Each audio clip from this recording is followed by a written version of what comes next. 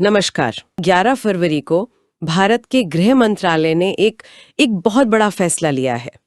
इस फैसले ने राष्ट्रीय प्रतीकों से जुड़ी जो बहस है उसे एक नया मोड़ दे दिया है। सरकार ने पहली बार हमारे राष्ट्रीय गीत वंदे मातरम को गाने और बजाने के लिए एक कह सकते हैं कि एक ऑफिशियल प्रोटोकॉल जारी किया है। अब तक ऐसे नियम सिर्फ राष्ट्रगान के लिए थे। तो आज हम इसी की गहराई में उतरेंगे।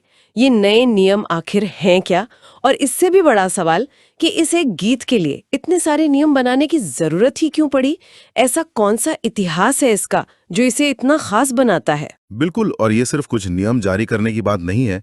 ये एक तरह से राष्ट्रीय गीत की जो गरिमा है उसे पूरे देश में एक समान रूप से स्थापित करने की एक कोशिश है। आप सोचिए, एक गीत जो लगभग 150 साल से हमारी चेतना का हिस्सा है, उसे आज एक औपचारिक कोड ऑफ कंडक्ट दिया जा रहा है।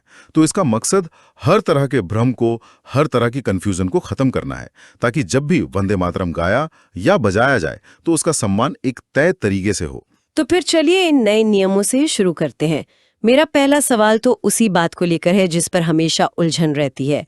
क्या वंदे मातरम का कोई एक आधिकारिक संस्करण अब तय किया गया है? क्योंकि हम सब ने इसे अलग अलग मौकों पर अलग अलग लंबाई में सुना है। फिल्मों में कुछ और होता है, स्कूलों में कुछ और। हाँ, ये सबसे अहम सवाल है और सरकार ने इसी उलझन को सबसे पहले सुलझाया है। गृह मंत्रालय की जो गाइडलाइंस हैं, उनमें साफ लिखा है कि वंदे मातरम का जो ऑफिशियल वर्जन होगा उसमें पूरे 6 छंद यानी स्टैंजाज शामिल होंगे। 6 छंद, ये तो मुझे लगता है बहुतों के लिए नई जानकारी होगी। ज्यादातर लोग तो शायद पहले 1 या 2 छंदों से ही परिचित हैं जो आम तौर पर गाए जाते हैं। बिल्कुल, और ये एक दिलचस्प पहलू भी है। ऐतिहासिक रूप से देखें तो जो शुरुआती 2 छंद हैं उनमें भारत माता की एक बहुत खूबसूरत ममतामयी छवि है। सुजलाम सुफलाम मलयज शीतलाम, ये सबको आसानी से खुद से जोड़ती है। हाँ, ये तो है। लेकिन जो बाद के छंद हैं उनमें दुर्गा और लक्ष्मी जैसी देवियों का सीधा उल्लेख आता है, जो गीत को एक मजबूत धार्मिक रूपक दे देता है। तो स्वतंत्रता आंदोलन के दौरान और बाद में भी पहले 2 छंदों को ही ज्यादा तवज्जो दी गई, ताकि इसकी अपील ज्यादा से ज्यादा लोगों तक पहुंचे, ज्यादा व्यापक हो सके। लेकिन अब प्रोटोकॉल पूरे 6 छंदों को आधिकारिक मान रहा है। जी बिल्कुल, अब पूरा गीत ही आधिकारिक है। अच्छा, और इसकी अवधि क्या उसे भी तय किया गया है? हाँ, और ये आंकड़ा भी थोड़ा चौंकाने वाला है।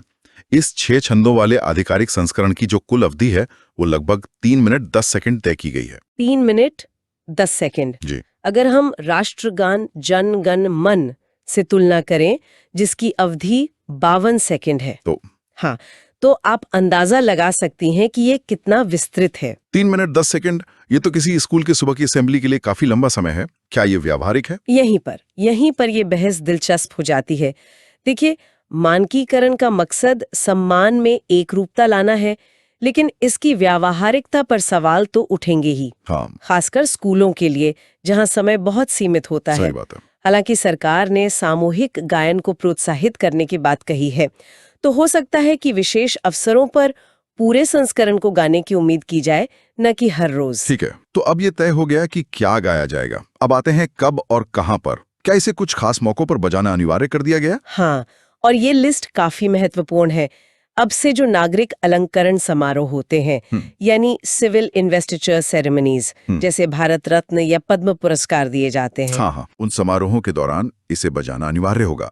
इसके अलावा राष्ट्रपति के किसी भी समारोह में आने और जाने पर और उनके राष्ट्र के नाम संबोधन से ठीक पहले और बाद में भी इसे बजाया जाएगा। मतलब राष्ट्रपति से जुड़े कार्यक्रमों में इसे एक बहुत ही प्रमुख स्थान दिया गया है, लगभग राष्ट्रगान के बराबर। बिल्कुल, और यही प्रोटोकॉल राज्यों में राज्यपालों और उपराज्यपालों से जुड़े समारोहों के लिए भी लागू होगा। और एक और मौका है जो बहुत अहम है। वो क्या? जब किसी परेड में राष्ट्रीय ध्वज को लाया जाता है, उस समय भी वंदे मातरम बजाया जाएगा। ये दिखाता है कि इसे सिर्फ एक गीत नहीं बल्कि राष्ट्रीय ध्वज के बराबर का सम्मान देने की कोशिश है। मुझे नियमों में एक बात बहुत अनोखी लगी। बैंड के लिए खास निर्देश है, वो 7 कदमों वाले ड्रम रोल वाली बात। हाँ, वो एक बहुत ही विशिष्ट निर्देश है। वो पूरी प्रस्तुति में एक नाटकीय और आप कह सकते हैं गरिमामय मामूल बना देता है। नियम ये कहता है कि अगर कोई बैंड इसे बजा रहा है तो गीत शुरू होने से ठीक पहले बैंड धीमी गति से मार्च करते हुए 7 कदम तक एक ड्रम रोल बजाएगा। अच्छा, ये एक तरह से सलामी देने जैसा है, जो माहौल को गीत के लिए तैयार करता है। ये छोटी छोटी बातें दिखाती हैं कि प्रोटोकॉल कितना विस्तृत है। और आचरण को लेकर भी एक बहुत बड़ा नियम है। जब भी गीत बजेगा सभी को सावधान मुद्रा में खड़ा होना होगा। ये तो राष्ट्रगान के लिए हमेशा से था, अब राष्ट्रीय गीत के लिए भी ये अनिवार्य हो गया है। हाँ, ये बराबरी स्थापित करने की दिशा में एक और कदम है। हालांकि इसमें एक प्रैक्टिकल छूट भी दी गई है। अगर यह गीत किसी फिल्म, न्यूज़रील या डॉक्यूमेंट्री का हिस्सा है तो दर्शकों को खड़े होने की जरूरत नहीं है। अच्छा, ताकि कहानी का प्रवाह न टूटे। जी बिल्कुल। अब वो सवाल जिस पर हमेशा बहस होती थी, अगर किसी कार्यक्रम में राष्ट्रगान और राष्ट्रीय गीत दोनों बजाए जाने हैं तो क्रम क्या होगा? पहले जनगण मन या पहले वंदे मातरम? इस पर हमेशा अलग अलग राय रही है, पर अब प्रोटोकॉल ने इसे पूरी तरह से स्पष्ट कर दिया है। नए नियमों के अनुसार क्रम हमेशा यही रहेगा, पहले वंदे मातरम गाया जाएगा और उसके बाद जनगण मन। ये तो बहुत दिलचस्प है। क्या इसके पीछे कोई सांकेतिक वजह हो सकती है? जैसे कि वंदे मातरम का इतिहास जनगण मन से पुराना है, तो क्या ये एक तरह से उस ऐतिहासिक क्रम का सम्मान है? ये एक बहुत अच्छा विश्लेषण है। हालांकि प्रोटोकॉल में कोई ऑफिशियल कारण नहीं बताया गया है, पर सांकेतिक तौर पर इसे ऐसे ही देखा जा रहा है। वंदे मातरम स्वतंत्रता संग्राम की भावना का प्रतीक है, एक तरह से आजादी की लड़ाई की शुरुआत का, और जनगण मन उस आजाद राष्ट्र की संप्रभुता का प्रतीक है। तो पहले संघर्ष को नमन। हाँ, और फिर उस संघर्ष से हासिल हुई संप्रभुता का गान। ये क्रम अपने आप में एक कहानी कहता है। ये सब सुनकर एक बात तो साफ है कि सरकार इसे सिर्फ एक औपचारिक गीत नहीं बल्कि जन भागीदारी का प्रतीक बनाना चाहती है। खासकर स्कूलों के लिए जो सलाह दी गई है वो इसी ओर इशारा करती है। आपने बिल्कुल सही पकड़ा। स्कूलों को यह सलाह दी गई है कि दिन की शुरुआत राष्ट्रीय गीत के सामुदायिक गायन से की जाए। इसका मकसद सिर्फ देशभक्ति सिखाना नहीं है, बल्कि उस गीत के ऐतिहासिक वजन को अगली पीढ़ी तक पहुंचाना है।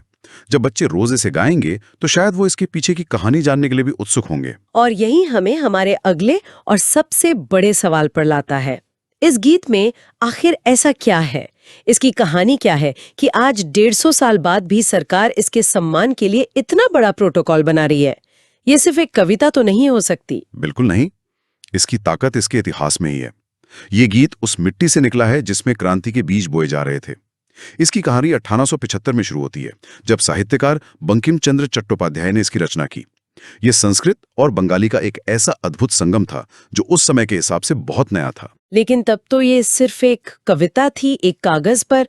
यह हजारों लाखों लोगों की जुबान पर कैसे चढ़ गई?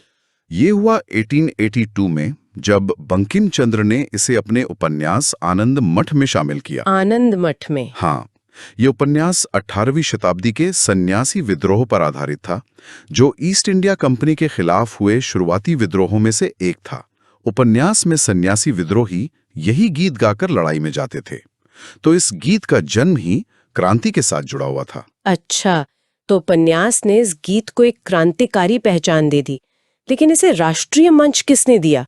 वो कौन सा पल था जब ये बंगाल से निकलकर पूरे भारत की आवाज बन गया? वो पल आया 1896 में, और ये करने वाले थे गुरुदेव रवींद्रनाथ टैगोर। रवींद्रनाथ टैगोर? जी, भारतीय राष्ट्रीय कांग्रेस के कलकत्ता अधिवेशन में टैगोर ने इसे पहली बार एक बड़े सार्वजनिक मंच पर गाया।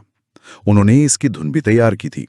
आप सोचिए, एक भविष्य का नोबेल पुरस्कार विजेता जो बाद में देश का राष्ट्रगान भी लिखेगा, वो इस गीत को अपनी आवाज दे रहा है। वाह! उस एक प्रस्तुति ने वंदे मातरम को राष्ट्रीय आंदोलन की प्लेलिस्ट में सबसे ऊपर पहुंचा दिया। यानी टैगोर की आवाज ने इसे वो वैधता और वो मंच दिया जिसकी इसे जरूरत थी। एकदम। और फिर 1905 में जब लॉर्ड कर्जन ने बंगाल का विभाजन किया, तब तो ये गीत बंगाल के स्वाभिमान और एकता का नारा बन गया। हर रैली, हर जुलूस में वंदे मातरम गूंज रहा था। ये सिर्फ एक गीत नहीं रहा, ये अंग्रेजी हुकूमत के खिलाफ प्रतिरोध का सबसे बड़ा स्वर बन गया था। इसे गाने पर गिरफ्तारियां होती थीं, लाठियां चलती थीं, लेकिन लोगों ने इसे गाना नहीं छोड़ा। यह आजादी का पर्यायवाची बन चुका था। तो अगर ये इतना लोकप्रिय और इतना शक्तिशाली था, तो आजादी के बाद ये राष्ट्रगान क्यों नहीं बना? जनगण मन को क्यों चुना गया? ये एक सवाल है जो हमेशा लोगों के मन में रहता है। ये भारतीय इतिहास का एक बहुत ही महत्वपूर्ण और संवेदनशील अध्याय है। जब संविधान सभा में राष्ट्रगान चुनने की बात आई, तो वंदे मातरम सबसे स्वाभाविक पसंद लग रहा था। लेकिन इस पर कुछ आपत्तियां भी उठी। कैसी आपत्तियां? जैसा हमने पहले बात की, गीत के जो बाद के छंद हैं, उनमें दुर्गा और अन्य देवियों का सीधा उल्लेख है। कुछ नेताओं का मानना था कि ये एक स्वतंत्र धर्मनिरपेक्ष भारत के राष्ट्रगान के लिए उपयुक्त नहीं होगा, क्योंकि इसमें मूर्ति पूजा के तत्व हैं। तो ये एक वैचारिक बहस थी। गीत की साहित्यिक या ऐतिहासिक महत्व पर कोई सवाल नहीं था। बिल्कुल, बहस बहुत लंबी चली। जवाहरलाल नेहरू, राजेंद्र प्रसाद और दूसरे बड़े नेता एक ऐसे समाधान की तलाश में थे जो सबको स्वीकार्य हो। वे वंदे मातरम के ऐतिहासिक योगदान का अपमान भी नहीं करना चाहते थे, लेकिन नए भारत की जो समावेशी भावना थी उसका भी ध्यान रखना था। और दूसरी तरफ जनगण मन था। हाँ, दूसरी तरफ जनगण मन में भारत के भूगोल और विविधता का जिक्र था और उसकी भाषा और भावना ज्यादा सार्वभौमिक मानी गई। तो फिर समाधान क्या निकला? समाधान एक बहुत ही खूबसूरत समझौता था।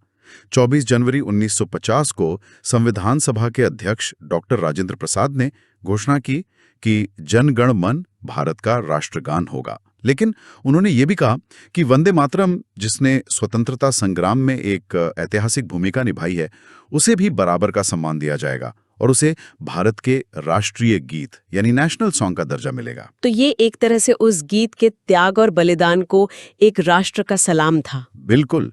तो ये राष्ट्रीय गीत का दर्जा कोई सांत्वना पुरस्कार नहीं था, बल्कि गीत के अद्वितीय इतिहास को एक स्थायी सम्मान देना था। ठीक कहा आपने। ये उस गीत को श्रद्धांजलि थी जो पीढ़ियों के लिए आजादी की आवाज बना था। तो आज जब सरकार इसके लिए प्रोटोकॉल बना रही है, तो वो उसी संवैधानिक सम्मान को आप कह सकती हैं कि जमीनी स्तर पर लागू करने की कोशिश कर रही है। तो इसका मतलब ये है कि एक तरफ सरकार आज लगभग 150 साल बाद इसके सम्मान को बनाए रखने के लिए प्रोटोकॉल बना रही है, हाँ, और दूसरी तरफ इसका इतिहास हमें बताता है कि इसका सम्मान महज नियमों से नहीं बल्कि दिलों में बसी देशभक्ति की भावना से है। आपने बिल्कुल सही कहा। ये एक बहुत ही सुंदर संतुलन है। नए दिशा निर्देश हमें बताते हैं कि इस गीत का सम्मान कैसे करना है, एक रूपता और औपचारिकता के साथ। सही। लेकिन इसका इतिहास हमें याद दिलाता है कि इसका सम्मान क्यों करना है। वो इतिहास बलिदान, प्रेरणा और एकता का है। तो नियम बाहरी आचरण को दिशा देते हैं, जबकि इतिहास हमारी आंतरिक भावना को जगाता है। और शायद दोनों ही जरूरी हैं।